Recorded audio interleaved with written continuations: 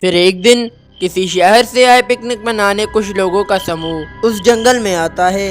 उन लोगों में से एक लड़के पर चुड़ैल की नजर पड़ती है और चुड़ैल उसको पसंद करने लगती है। चुड़ैल उसको फंसाने के लिए फिर से अपने पुराने नए रूप में आ जाती है और वहाँ बनी झील में कूद जाती है। कोई मेरी मदद करो, मैं डूब रही हूँ, मुझे बचाओ बचाओ बचाओ। उसकी आवाज वो लड़का सुन लेता है और उसके पास आकर उसको बचा लेता है। वो लड़का उस सुंदर रूप को देखते ही मोहित हो गया था। फिर वो उसकी बात क्यों नहीं मानता। वो लड़का कुछ दिन वहीं रुकता है और चुड़ैल के जाल में फंस जाता है। फिर एक दिन, क्या तुम मुझसे शादी करोगी? हाँ, पर मेरी एक शर्त है, तुम्हें मेरे साथ इसी जंगल में इसी पेड़ पे रहना होगा। बोलो, मंजूर है?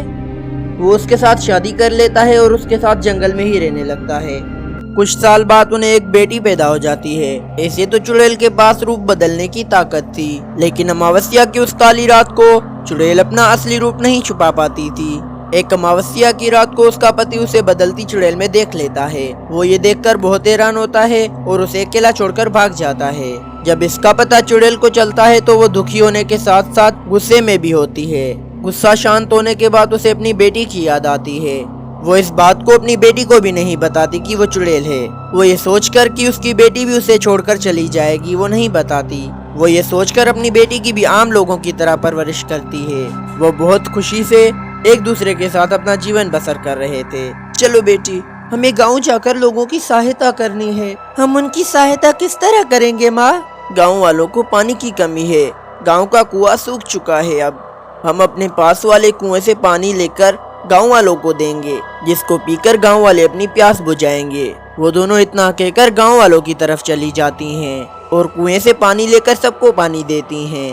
बेटी, आज हमने बहुत ही अच्छा काम किया है, चलो कहीं थोड़ी देर आराम करते हैं। फिर वो दोनों जंगल में थोड़ी देर आराम करते हैं, लेकिन वो चुड़ैल अच्छा काम कर करके थक गई थी। उसको अब इंसानों को खाने की इच्छा जागने लगी थी। पेड़ के नीचे आराम करते करते वो थक जाती है और अपनी माँ से पूछती है, माँ, किसकी कितनी भी सहायता कर लो, आखिर में हम दोनों ही बच जाती हैं। क्या आपके पास कोई ऐसी तरकीब नहीं जिससे हम ये अपना खालीपन दूर कर सकें? बेटा, मुझे बचपन से ही गेम खेलना बहुत पसंद था। मैं अलग अलग तरीके के गेम खेला करती थी और उन्हें अपने समय में जीता भी करती थी। मुझे बहुत मजा आता था। उसकी बेटी उसकी हर बात ध्यान से सुन रही होती है और बोलती है, माँ, आपको सबसे ज्यादा कौन सी गेम पसंद थी? वैसे तो मुझे सारी गेम पसंद थी, लेकिन एक गेम था जो मेरी माँ ने और मैंने मिलकर बनाया था, वो मुझे बहुत अच्छा लगता था। वो गेम कौन सी थी माँ? बेटी की वो खुशी और उत्साहपन देखकर चुड़ैल को एक तरकीब सोचती है। हम इस पेड़ के गोल गोल चक्कर लगाकर लोगों को पकड़ते थे।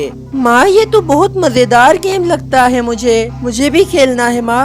हाँ बेटी, जरूर। हाँ, लेकिन मैं तुम्हें एक बात बताना तो भूल ही गई। हम इस गेम के साथ साथ एक गाना भी गाया करते थे। कौन सा गाना माँ? तुम हमसे बचकर जाओगे कहाँ, यहाँ बचना होगा मुश्किल तुम्हारा। तुम हमसे बचकर जाओगे कहाँ।